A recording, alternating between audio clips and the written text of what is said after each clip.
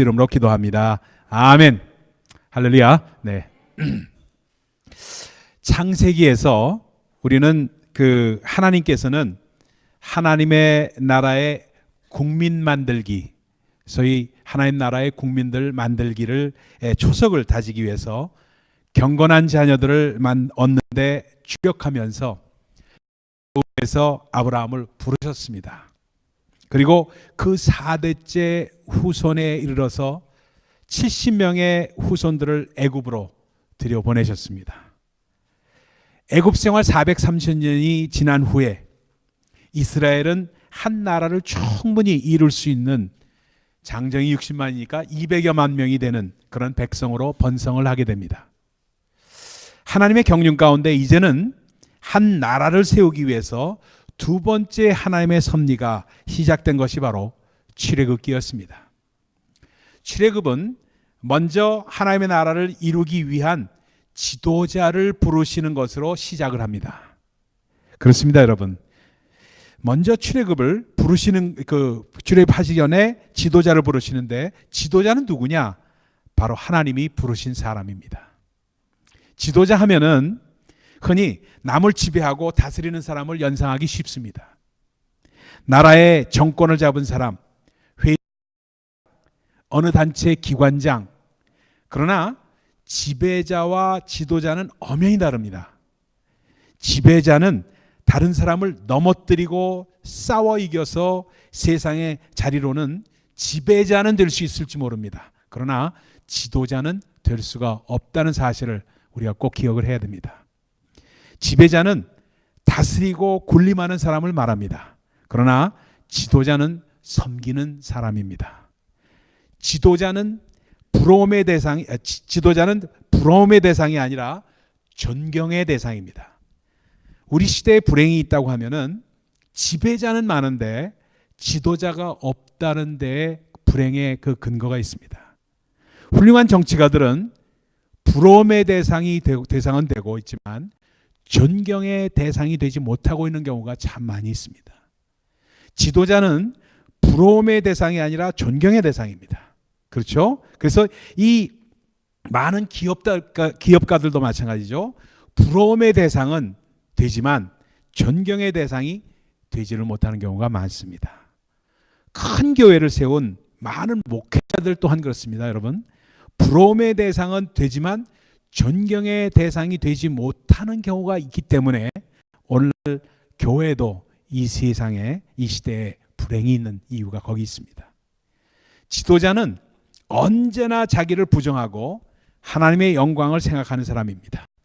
지도자는 자기는 죽고 다른 사람의 생명을 살리는 사람이 지도자입니다.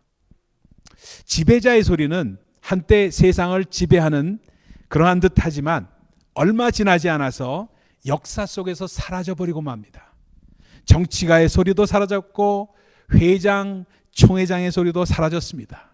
그러나 진정한 지도자의 소리는 오늘도 살아서 역사하고 있습니다. 교회 가운데 살아서 숨쉬고 있습니다. 또한 수많은 군왕의 소리는 모두 사라졌지만 우리 민족 가운데 아직도 도산 안창호 선생님, 그리고 백범 김구 선생님의 소리, 그리고 우리가 잘 아는 사육신의 소리는 영원히 살아서 숨쉬고 있는 것처럼 그렇게 들리고 있습니다. 지배자는 쉽게 얘기하면 땅이 쓰는 사람입니다. 기업에 필요하고 정당에 필요한 사람입니다. 그러나 지도자는 하나님이 쓰시는 사람입니다. 지도자는 하나님이 보내시고 하나님께서 세우신 분입니다. 하나님의 사람들은 지배자가 아니라 지도자로 우리는 살아가고 있습니다. 사람의 행복은 내가 얼마나 가치 있는 존재임을 깨닫는 데에서 비롯됩니다. 사람의 가치와 가격은 다릅니다. 그의 재산이 얼마냐, 월급이 얼마를 받고 있느냐 하는 것은 가격이 될지 몰라도 그것이 곧 그 사람의 가치는 못 됩니다. 사람의 가치는 그가 어떤 일에 쓰임을 받느냐, 무엇을 위해 사느냐에 따라서 평가됩니다. 그렇기 때문에 사람은 그가 어디에 가든지 쓸모 있는 사람, 꼭 필요한 존재, 그리고 가치 있는 존재가 되어야 하는 이유가 거기에 있습니다. 그 가치가 우리를 행복하게 하기 때문에 그렇습니다. 내가 하나님 앞에 쓰임받는 존재가 되었다는 것에 행복이 있고 기쁨과 보람이 있습니다.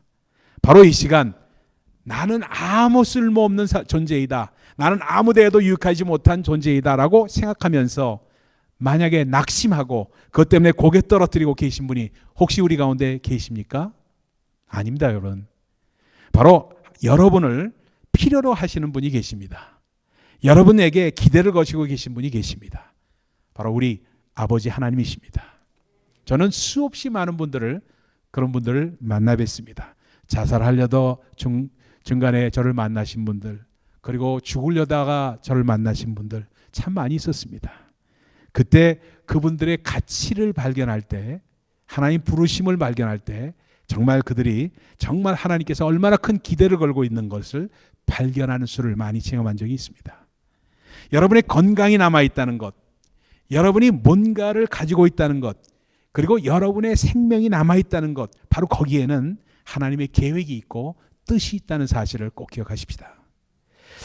여러분이 우리가 다 지배자가 되실 필요가 없습니다. 여러분이 계신 그 자리에서 지도자가 되기만 하면 됩니다. 하나님은 여러분이 그 자리에서 지도자가 되기를 기대하고 계십니다. 내 모습 이대로 잘 쓰임받으면 누구나 지도자가 되는 것입니다. 팀 라헬이라는 분이 계세요. 그분이 그 성령과 체질이라는 책에 이렇게 글귀를 쓴 적이 있습니다. 우울질의 사람이 성령을 받으면 사랑의 열매를 맺고, 담즙질의 사람이 성령을 받으면 충성의 열매를 맺고, 점액질의 사람이 성령을 받으면 화평의 열매를 맺고, 다혈질의 사람이 성령을 받으면 희락의 열매를 맺는다 하고 기록을 했습니다. 그래서 그걸 가만히 묵상하면서 제가 생각을 해봤습니다. 우울질의 사람은 누군가? 모세 같은 사람을 말합니다. 많은 것을 너무 깊게 생각하고 주저주저 하면서 헤지테이트 하시는 분들이 우울질입니다. 담즙질은 어떤 사람이냐? 바울과 같은 분입니다. 성질이 불 같아가지고요, 기면 기고 아니면 아니고 부러지는 사람입니다. 점액질의 사람은 어떤 사람입니까? 의심 많은 도마와 같은 사람입니다. 보지 않고는 절대 믿지 못하는 사람입니다. 하나하나 다 챙기는 사람입니다. 다혈질의 기질은 누굽니까? 베드로 같은 사람입니다. 성격이 급하기 때문에 우선 저지르고 보는 사람입니다. 우울질의 사람에게 있어서 하나님의 손길이 닿게 되면은 깊이 생각해서 그 사람 가운데 사랑의 열매가 맺어집니다. 그런데 담즙질의 불같은 그런 성격을 가진, 체질을 가진 사람들은 충성의 열매를 맺습니다. 그래서 바울이 그렇게 충성되게 헌신한 것을 볼 수가 있습니다. 점액질은 어떻습니까? 항상 의심하던 사람이기 때문에 화평의 열매를 맺습니다. 다혈질은 기쁨의 열매를 맺는 이유가 있다는 말씀을 하고 있습니다. 여러분, 건강해야지만 하나님께 쓰임을 받는다고 생각하지 마십시오. 하나님께서는 병든 사람도 하나님의 사역에 쓰십니다. 돈이 있어야 하나님의 일을 하는 건 아닙니다. 없으면 없는 대로 하나님의 일을 할 수가 있습니다. 시간이 있어야 쓰임받는 건 아닙니다. 재주가 많아야 쓰임받는 건 아닙니다. 내 모습 이대로 하나님은 쓰기를 원하시고 계십니다. 내 현실 이대로, 내 과거 그대로가 아니라 하나님의 손에 있었던 소중한 의미를 가진 사건, 과거 자체가 하나님의 손에 있었던 소중한 의미를 가지고 있던 사건이라는 재해석을 하게 되면은 내 모습 그대로 소명이요 행복이 됩니다.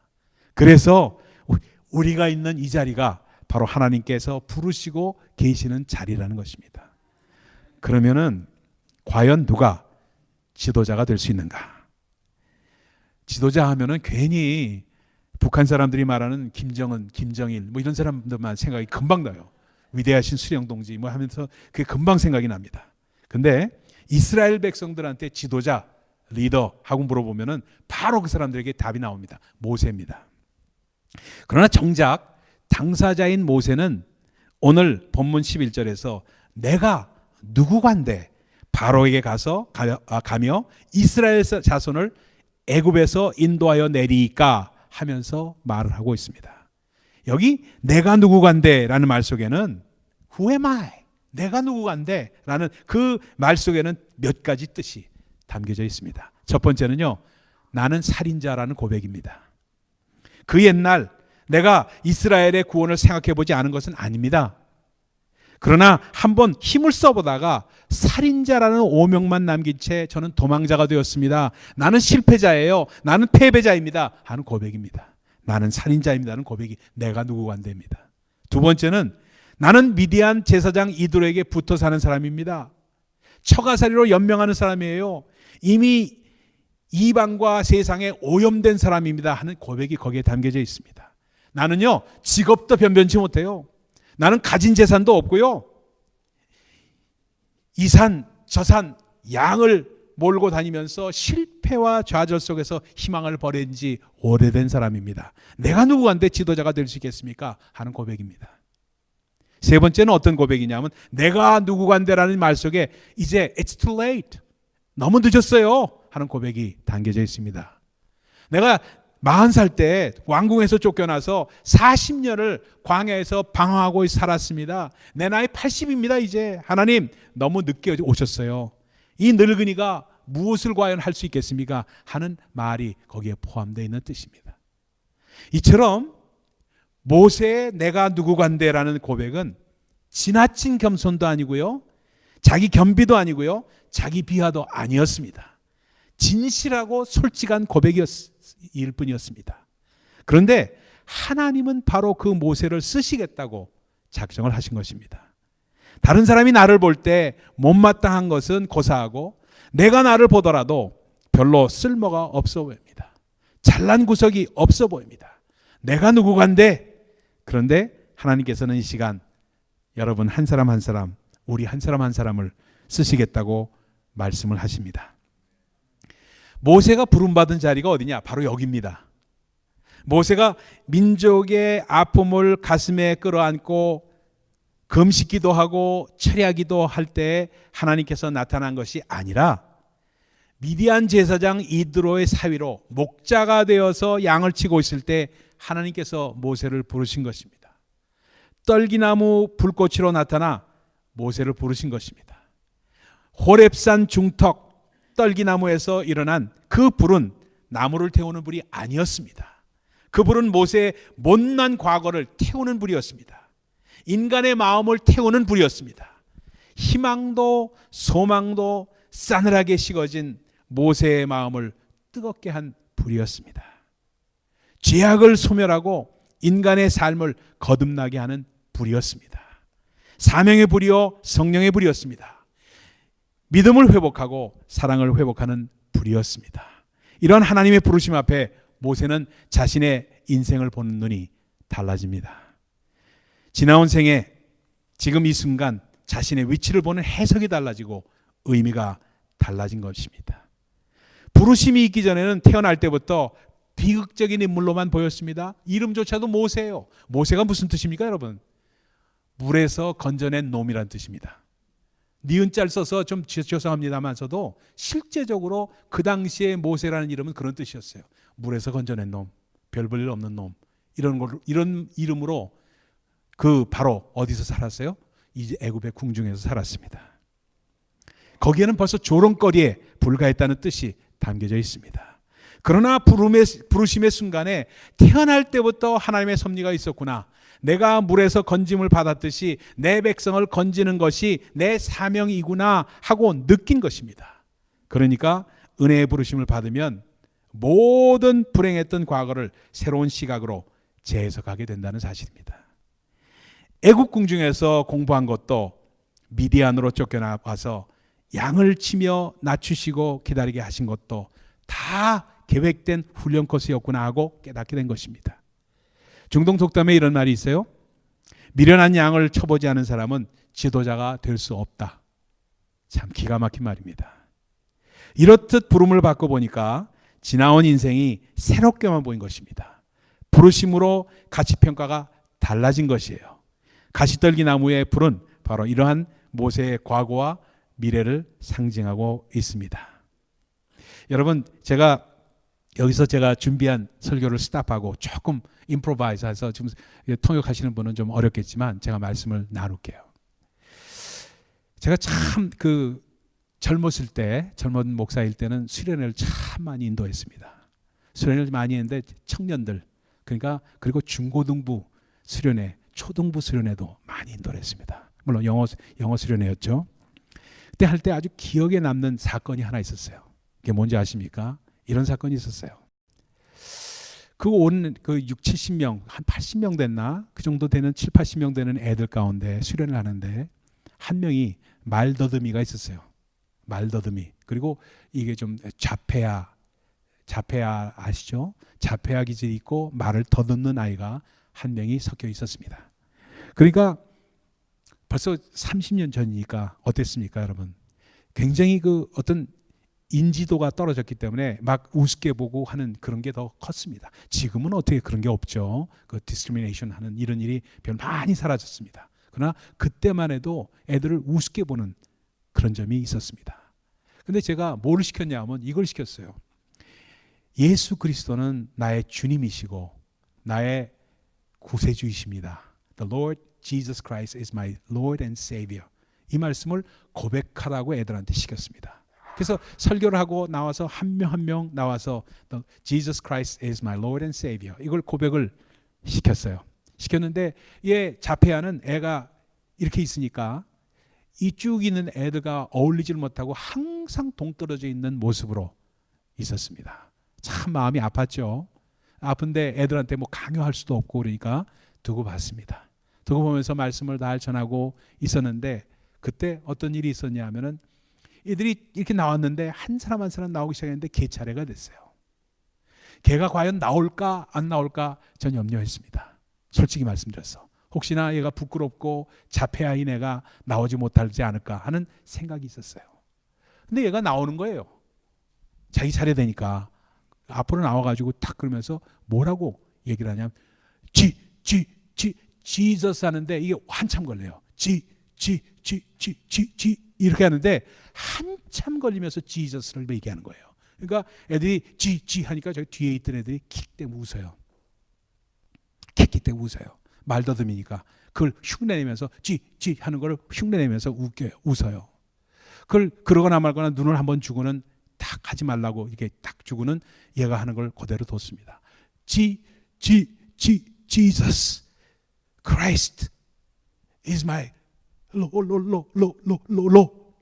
and Savior. 이거를 한 1분, 2분에 걸쳐서 겨우겨우 마쳤습니다. 근데 놀라운 일이 일어났어요. 중간쯤 됐는데 Jesus Christ까지 나갔는데 애들이 조용해지기 시작해요. 그 많은 애들이 킥킥대던 애들이 조용해지기 시작해요. 거기에는 바람이 있었습니다. 빨리 얘가 그거를 다 할 수 있도록 마치면서 응원하는 마음이 생기기 시작합니다.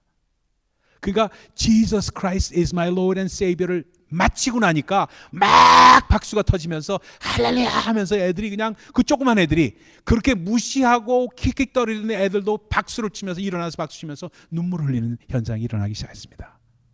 그 눈물을 흘리면서 그걸 막 그 받아들이니까 그 다음에 나오는 애들이 전부 울면서 Jesus Christ is my Lord and Savior 하면서 울어요.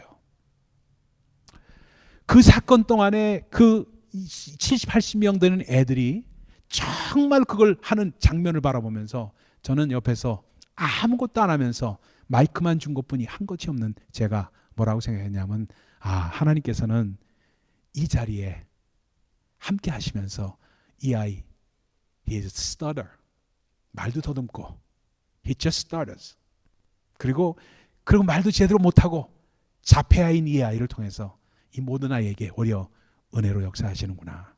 여러분 이게 바로 하나님이 부르시는 장면입니다. 여러분 참 우리는 우리 자신이 부족함 때문에 우리는 쓰임받지 못한다고 생각하는 수가 너무너무 많습니다. 모세가 딱 그때 얘기했어요. I'm a stutter. 나는 말도 더듬고요. 나는 할 수가 없어요. 80년 되는 동안에 이렇게 지나오다 보니까 이제는 말도 더듬고 하나님께서 부르셨을 때 그렇게 표현했던 그였습니다. 그럴 때 우리 주님께서 뭐라고 말씀하세요? 너에게 아론을 붙여주겠다 하는 말씀까지 하잖아요. 떨기나무에서 자신을 부르시던 하나님의 콜링을 그는 평생 잊지 못하던 모세가 죽음을 앞두고 이스라엘 자손을 축복하면서 회상하면서 이렇게 말합니다. 신명기 33장 그가 죽기 전에 했던 고별 설교에서 말하는 겁니다. 가시떨기나무 가운데 거하시던 자 그가 자신의 인생을 획기적으로 바꿔놓으신 하나님의 사건을 그렇게 표현합니다. 가시떨기나무 가운데 거하시던 자. 모세에게 떨기나무를 통해 임한 하나님의 메시지가 도대체 뭡니까? 하나님의 메시지는 이렇습니다. 내가 임하면, 내가 내 삶을 붙잡으면 너는 다시 할 수 있다. 잠깐 있다가 꺼지는 연기를 피우는 인생이 아니라 꺼지지 않는 불길과 영원토록 찬란한 빛을 발하며 아름답고 거룩하게 불빛을 내는 거룩한 삶으로 내 삶이 변할 수 있다. 이것이 바로 하나님의 임재에 담겨 있는 메시지입니다. 사랑하는 여러분, 이러한 하나님의 임재를 여러분 삶 가운데 날마다 경험하시기를 저는 예수 그리스도의 이름으로 축원을 드립니다. 떨기나무 불꽃 앞에서 모세를 불러 세우신 하나님께서는 모세의 신발을 벗기십니다. 모세야, 모세야 하시매 그가 가로되 내가 여기 있나이다. 그러니까 하나님이 가라사대 내 발에서 신을 벗어라. 이스라엘 민족의 출애굽은 모세의 신을 벗김으로 시작됐다고 해도 과언이 아닙니다. 이건 역설이요 패러독스입니다.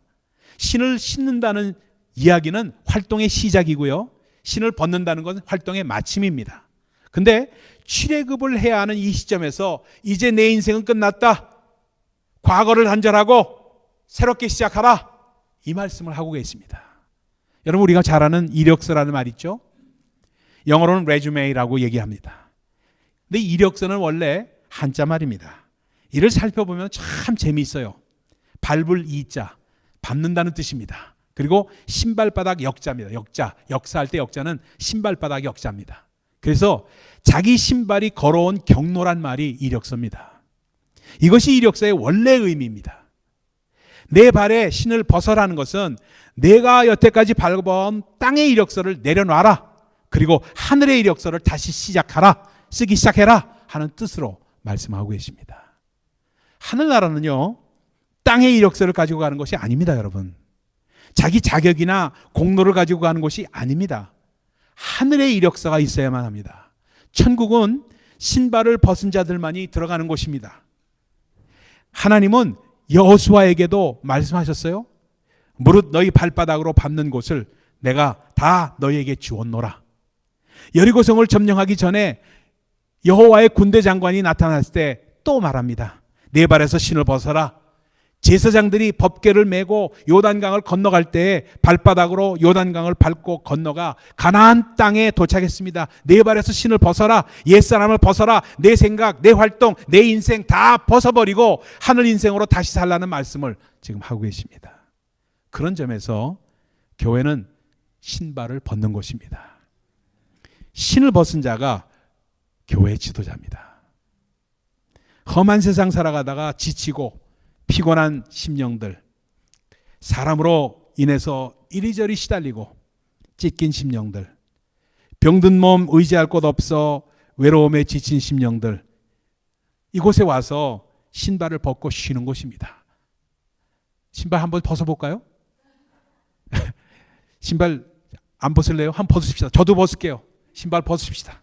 신발 벗읍시다. 신발 벗으세요. 신발 벗으세요. 저도 벗었습니다. 보세요. 제가 벗었어요. 여러분, 참 우리가 이곳이 우리 주님의 집에서 신발을 벗을 수 없다면 그게 얼마나 안타까운 일인지 몰라요. 그래서 정말 우리가 신발을 벗고 어린아이처럼 아버지 품에 안겨야 쉼이 있지 않습니까? 신발을 벗지 못하고 현관에서 서성거리며 주변을 맴도시는 분들은 이제 신을 벗으시고 하나님 아버지 집에 풍덩 들어서십시오. 그래야 지도자로 쓰임을 받습니다. 세상의 자랑도 내려놓고, 세상의 실패도 내려놓고, 이력서도 내려놓고 하나님의 자녀로서만 사십시오. 하나님은 모세를 부르시면서 과거의 관계를 끊으라고 말씀하십니다. 신을 벗어라. 지난날의 성공을 가지고 무슨 큰일이라도 한 듯이 교회 안에서 교만해서는 안 되고, 실패했다고 해서 오늘까지 좌절하며 자포자기해서도 안 된다는 말씀을 하시면서 선포하십니다. 너희는 이전 일을 기억하지 말며 옛적 일을 생각하지 말라. 보라, 내가 새 일을 행하리니 이제 나타낼 것이라. 하나님의 부르심 앞에 섰던 모세는 몇 번이고 자신의 부족함도 드러내고 거절도 해봤습니다. 하나님은 모세를 포기하지 않았습니다. 저는 빈손이고요. 말도 못합니다. 저는 능력도 없습니다. 그러나 하나님은 나는 세상 주인이다. 내 입을 지은 자가 누구냐? 한번 모세를 선택하셨으면 끝까지 모세입니다. 기억하십시다. 하나님은 우리가 끝까지 거절하면 다리를 꺾어서라도, 죄송한 표현입니다만 손발을 묶어서라도 끝장을 내고야 마시는 분이십니다. 하나님의 종들의 실력이 무엇인지 아십니까? 뭐가 실력이에요? 학위가 실력입니까? 아닙니다, 여러분. 지식이 실력이에요? 아닙니다, 여러분. 백그라운드가 실력입니까? 아닙니다, 여러분. 하나님의 종들의 실력은 순종입니다. 얼마나 순종한 사람, 하나님의 종들의 실력이 결정됩니다. 하나님의 뜻을 분별하고 거기에 순종하는 사람들, 하나님께서 들어 쓰신다는 말씀입니다. 저는 얼마 전에, 벌써 꽤 오래됐죠, 어느 교회 재직 수련회를 인도를 했습니다. 재직 수련회를 인도하면서 장로님들이 모인 자리에서 교육을 할 기회가 있었습니다. 그 교회는 장로님들만 한 20-30명 되는 그런 교회였어요. 그래서 그분들만 모시고 또 따로 훈련을 했습니다. 그리고 제가 물었습니다. 장로가 하는 일이 무엇입니까? 그러니까 어느 충성스러운 장로님이 한 분 대답을 하셨습니다. 목사님을 잘 도와서 목회에 잘 협조하는 일이지요. 모범답안으로 답을 주셨습니다. 그런데 저는 거기에 아멘하지 않았습니다. 그리고 말을 이어갔습니다. 목사는 장로님 도움 없어도 하나님의 도움으로 주의 일을 할 수 있습니다. 장로님들에게는 더 큰 일이 있습니다. 그것이 무엇입니까? 하고 장로님 물으세요. 그래서 말씀드렸습니다. 은혜 받는 일입니다. 그리고 말씀에 순종하는 일입니다. 장로님께서 은혜 받지 않으시면 목회는 안 됩니다. 장로님께서 순종하지 않으면 목회는 어려워집니다. 장로님이 은혜 받는 일에 등한시하고 일만 하려고 하면 시험에 들게 됩니다. 은혜 가운데 순종하는 일을 등한시하고 교회 일만 관여하려 하려면 교회가 어려워집니다. 하고 호소를 했습니다. 누구보다도 장로님들이 은혜 충만하셔야 합니다. 교회 지도자가 누굽니까? 누구보다 은혜를 잘 받는 사람이 교회 지도자입니다. 누구보다도 순종을 잘하는 사람이 지도자입니다. 목사에 순종하라는 말 아닙니다. 하나님의 말씀에 순종하는 사람입니다. 하나님은 순종하여 나가는 사람을 절대로 버리시지 않으십니다. 맨손으로 그냥 보내시는 법이 없습니다. 오늘 본문 마지막 12절에 이렇게 기록합니다. 하나님이 가라사대 내가 정녕 너와 함께 있으리라. 내가 누구간데 당신의 일을 감당할 수 있겠습니까? 라는 모세의 질문에 어떻게 대답하십니까? 내가 정녕 너와 함께 있으리라 하고 대답을 하십니다. 이제는 주님이 주인이시라는 것입니다. 내가 누구인지 묻는 질문에 대해서 하나님은 대답을 하십니다. 내가 누구인지 아느냐? 하나님이 함께하는 존재야. 너는 천지를 창조하신 하나님이 함께하는 존재이다. 역사의 주인이 함께하는 존재야. 전능하신 하나님이 함께하는 존재야. 주께서 나와 함께 하시는 그 순간, 전능하신 그 주님, 능력의 주님이 나와 함께 하시고 내 삶을 붙잡는 그 순간 우리는 벌떡 일어서게 되어 있습니다. 가시덤불 같은 내 인생의 나무에 하나님께서 불을 붙여주신 것을 느끼는 것입니다. 여러분, 우리가 잘 아는 그 아프리카 선교사의 리빙스톤 선교사님이 계시죠. 그분의 일화가 참 많은데 그 중에 하나를 제가 보면서 감동을 느꼈어요. 뭐라고 이분이 그 영국에 와서 그 선교복을 했냐면 옥스퍼드 대학에서 명예 박사학위를 이분에게 주셨답니다. 그 자리에서 누가 물었습니다. 이미 그때는 리빙스톤이 사자에게 물려서 한쪽 발이 떨어져 나갔을 때랍니다. 보통 일이 아니에요. 그리고 그 빈 소매자락이 너덜거리고 다닐 때였답니다. 너무 굶고 못 먹어서 얼굴은 많이 아리었습니다. 그를 바라보기만 해도 모인 사람들이 눈물을 흘리지 않을 수 없을 정도의 그러한 상태에 있었다고 합니다. 그때 누가 질문합니다. 선교사님, 사나운 맹수, 야만인들 속에서 그토록 어려운 일을 기쁨으로 감당할 수 있었던 힘이 무엇입니까? 하고 물었답니다. 그때 리빙스톤이 대답을 합니다. 볼지어다 내가 세상 끝날까지 너희와 함께 있으리라. 그 약속을 저는 믿었습니다. 하고 대답을 하더라는 얘기입니다. 하나님은 순종하여서 지도자로 나서는 사람을 그냥 홀로 버려두지 않으십니다. 하나님이 친히 함께 하십니다. 그래서 하나님이 함께 하시는 그 사람을 누구나 지도자입니다. 하나님은 순종하며 지도자로 나서는 사람을 홀려 버려두지 않으십니다. 하나님이 친히 함께 하십니다. 그래서 하나님이 함께 하시는 사람은 누구나 지도자가 되는 것입니다. 여기서 자매님들께 조금 말씀을 드릴 필요가 있어서 제가 말씀드립니다. 모세가 남자이고 남자들만 귀하게 쓰임을 받는 것 아닌가 하고 생각을 하실 자매님들이 혹 있을지 몰라서, 우리 교회는 그런 분은 없을 거예요. 그래도 있을지 몰라서 말씀을 덧붙입니다. 성경은 여자를 돕는 배필이라고 말씀합니다. 근데 돕는 자라는 히브리어 에체르, 따라 봅시다. 에체르. 다시 한번 에체르. 이런 단어를 우리가 기억해 두는 게 많이 신상이 좋습니다. 에체르라는 단어는 돕는 배필에도 쓰고 있지만, 또한 하나님은 우리를 도우시는 분이라는 데도 하나님은 에체르시다 하고 말씀을 하는 이유가 있습니다. 그러니까 돕는 베풀은 하찮은 사람이 아니라 도움을 받는 사람보다도 넉넉하고 충분하기 때문에 돕는 사람이 된다는 뜻입니다. 그 뜻이 거기에 포함되어 있어요. 또 하나는 여자는 살림이나 살아야 한다고 하는데, 그 살림이라는 말이 어디서 나왔어요? 살린다라는 말에서 나왔습니다. 여자들은 살리는 사람이라는 뜻입니다. 그게 살림하는 거예요. 살린다는 뜻은 나온 말입니다. 그러니까 축 처져 있는 영혼을 살리고 소망을 주고 그리고 용기를 북돋는 사람이라는 뜻에서 나온 표현이 살림산다는 뜻입니다. 그러니까 이러한 두 가지 어휘에서 우리는 누가 지도자임을 잘 알 수가 있다는 거예요. 한국에 가니까 그런 일이 있더라고요. 이렇게 어떤 분이, 자매님이 아마 운전을 처음 배워가지고 이렇게 운전을 하시는데, 운전하니까 천천히 이렇게 초보 운전을 붙이고 이렇게 가니까 잘 못하잖아요. 그러니까 택시 운전사가 휙 하면서 창문을 내리더니 갑자기 뭐라 그러냐면, 야! 집구석에서 밥이나 해쳐 먹지 뭐해! 여기 나와서 운전하고 있어! 이러고 지나가는 거예요. 얼른 못됐지. 전 뒤에서 그걸 보고 있었어요. 못됐지. 그랬더니 이 자매가 그냥 당황해가지고 그래요. 그래서 누군가 했더니 교회에서 만난 자매야. 교회에서 제가 그 얘기를 듣고 그 자매에게 이제부터는요, 그런 사람들한테 이렇게 써붙이라고 그랬어요. 뭐라고 그랬냐면 뒤에다가 제가 하나 써줬어요. 뭐라고 썼는지 아십니까? 밥하고 나왔음이라고 썼잖아요. 이미 밥하고 나왔음이라고 쓰라고 그랬어요. 여러분, 참 여기엔 깊은 뜻이 있습니다.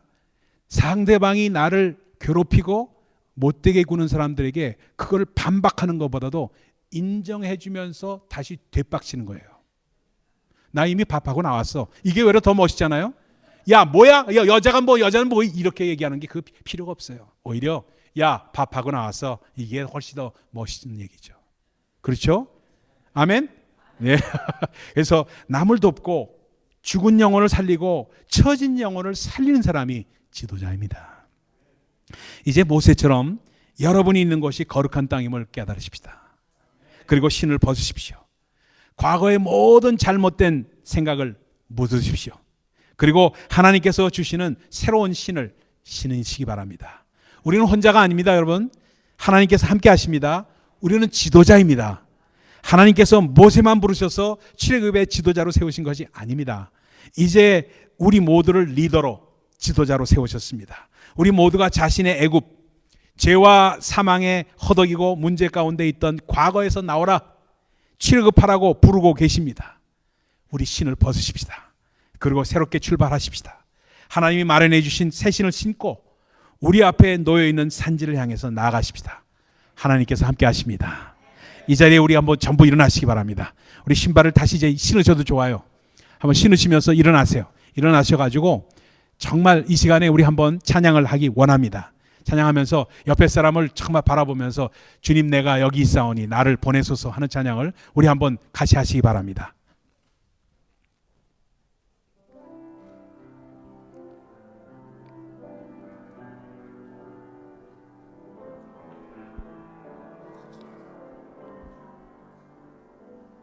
주님 내가 여기